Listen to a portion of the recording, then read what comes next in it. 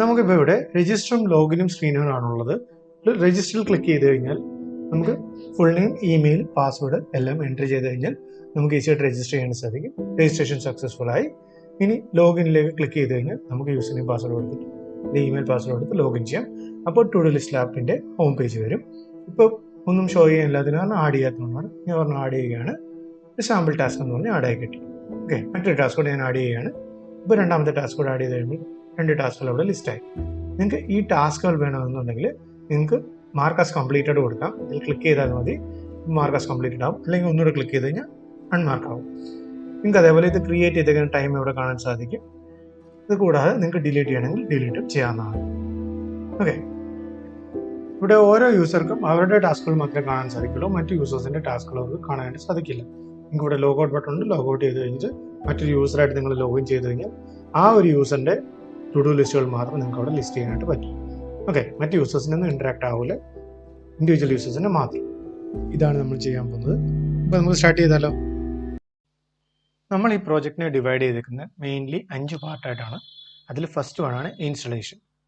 React, Node, MongoDB. മോംഗോഡിബിയിൽ നമ്മൾ use ചെയ്യാൻ പോകുന്നത് ഷെല്ലാണ്, മോംഗോഡിബി ഷെല്ല്. അതൊരു CLI വേർഷനാണ്. അതേപോലെ മോംഗോഡിബിയുടെ കോമ്പസ് എന്ന് പറഞ്ഞൊരു ഗ്രാഫിക്കൽ യൂസർ ഇന്റർഫേസ് കൂടി ഉണ്ട്. ഇത് വെച്ചിട്ട് നിങ്ങൾക്ക് ഡയറക്റ്റ് ആയിട്ട് മോംഗോഡിബിയായിട്ട് ഇന്ററാക്ട് ചെയ്യാനായിട്ട് സാധിക്കും. പക്ഷേ ഞാൻ ആസ് എ ബിഗിനർ എന്നുള്ള നിലയിൽ നിങ്ങൾക്ക് ഞാൻ മോംഗോഡിബി ഷെല്ല് മാത്രമാണ് റെക്കമെൻഡ് ചെയ്യുന്നത്. കാരണം കൂടുതൽ നിങ്ങൾക്ക് പഠിക്കാനായിട്ട് പറ്റും. അതിനുശേഷം മാത്രം പിന്നീട് കോമ്പസ് യൂസ് ചെയ്യാവുന്നതാണ്. രണ്ടാമത്തേത് ഈ പ്രോജക്റ്റിന് ആവശ്യമായിട്ടുള്ള basic react, node, express, MongoDB ഇതെല്ലാം പഠിക്കുക എന്നുള്ളതാണ്. കോഴ്സ് ചെയ്യുന്നതിൻ്റെ കൂടെ തന്നെ നമുക്ക് ഇതെല്ലാം പഠിച്ചു പോകാം. ഓക്കെ, മൂന്നാമത്തേത് നമ്മൾ ആപ്ലിക്കേഷൻ ആവശ്യമായിട്ടുള്ള APIs എഴുതും. നാലാമത്തേന്ന് പറയുന്നത് ഫ്രണ്ട് ആൻഡ് പേജുകൾ, റിയാക്ട് വെച്ചിട്ട് നമ്മൾ ഫ്രണ്ട് ആൻഡ് പേജുകൾ എഴുതും. അഞ്ചാമത്തെ, അതായത് ലാസ്റ്റ് വൺ എന്ന് പറയുന്നത് ഇന്റഗ്രേറ്റ് ചെയ്യും, APIs ഇന്റഗ്രേറ്റ് ചെയ്യും ഫ്രണ്ട് ആൻഡ് പേജസുമായിട്ട്. അതോടെ നമ്മുടെ ആപ്ലിക്കേഷൻ കംപ്ലീറ്റ് ആകും. ഓക്കെ, നമ്മൾ നേരത്തെ പറഞ്ഞതുപോലെ തന്നെ ഈ ആപ്ലിക്കേഷൻ നമ്മൾ ക്രിയേറ്റ് ചെയ്യാൻ പോകുന്നത് മേൺ സ്റ്റാക്ക് വെച്ചിട്ടായിരിക്കും. M stands for MongoDB, E എന്ന് പറഞ്ഞാൽ എക്സ്പ്രസ്, R എന്ന് പറഞ്ഞാൽ റിയാക്ട്, അതേപോലെ N എന്ന് പറഞ്ഞാൽ നോഡ്. അപ്പം ഇത് നമ്മുടെ ആപ്ലിക്കേഷൻ ആവശ്യമായിട്ടുള്ള കാര്യങ്ങൾ മാത്രം നമ്മൾ ഈ കോഴ്സിൽ പഠിക്കും. പിന്നീട് നമ്മൾ ഡീറ്റെയിൽ ആയിട്ട് നമുക്ക് ഓരോരോ സെക്ഷനുകളെടുത്ത് നമുക്ക് ചെയ്യാവുന്നതാണ്. അപ്പോൾ എന്താണ് മോംഗോഡിബി? മോംഗോഡിബി എന്ന് പറയുന്നത് ഒരു NoSQL ഡേറ്റാബേസ് ആണ്. അത് ഡേറ്റയെ സ്റ്റോർ ചെയ്യുന്ന ഒരു flexible JSON like format, JSON പോലൊരു ഫോർമാറ്റിലാണ് സ്റ്റോർ ചെയ്യുന്നത്. എന്താണ് എക്സ്പ്രസ്? എക്സ്പ്രസ് എന്ന് പറയുന്ന ഒരു Node.js ലൈറ്റ് വെയിറ്റ് ഫ്രെയിംവർക്ക് ആണ്. അത് വെബ് സെർവറുകളും APIകളും ബിൽഡ് ചെയ്യാനായിട്ട് ഉപയോഗിക്കും. അതിനെക്കുറിച്ച് ഡീറ്റെയിൽ ആയിട്ട് നമുക്ക് പിന്നീട് പഠിക്കാം. നോഡ് പഠിച്ചു കഴിഞ്ഞിട്ടാണ് എക്സ്പ്രസ് പഠിക്കുന്നത്, അല്ലേ? അടുത്ത റിയാക്ട്. റിയാക്ട് എന്ന് പറഞ്ഞാൽ ജാവാസ്ക്രിപ്റ്റിന്റെ ഒരു ലൈബ്രറിയാണ്. എന്തിനാണ്? യൂസർ ഇന്റർഫേസുകളും റീയൂസബിൾ കമ്പോണൻസും ഒക്കെ ക്രിയേറ്റ് ചെയ്യാൻ വേണ്ടിയിട്ടുള്ളതാണ്. ഈ റീയൂസബിൾ കമ്പോണൻസ് ഒക്കെ എന്താ നമുക്ക് പിന്നീട് പഠിക്കാം. അടുത്തത് നോഡാണ്. നോഡ് എന്ന് പറഞ്ഞാൽ എന്താണ്? ഒരു ജാവാസ്ക്രിപ്റ്റ് റൺ ടൈം ആണ്.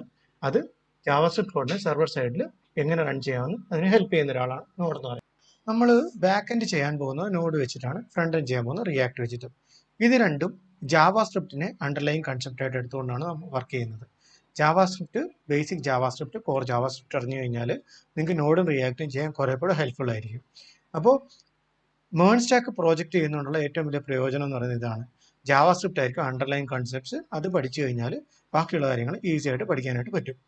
നിങ്ങൾക്ക് ബേസിക് ജാവാസ്ക്രിപ്റ്റ് അറിയാവുന്നുള്ള അസംഷനിൽ നമുക്ക് സ്റ്റാർട്ട് ചെയ്യാം. ആദ്യം നമുക്ക് തന്നെ റിയാക്ട് നോക്കാം.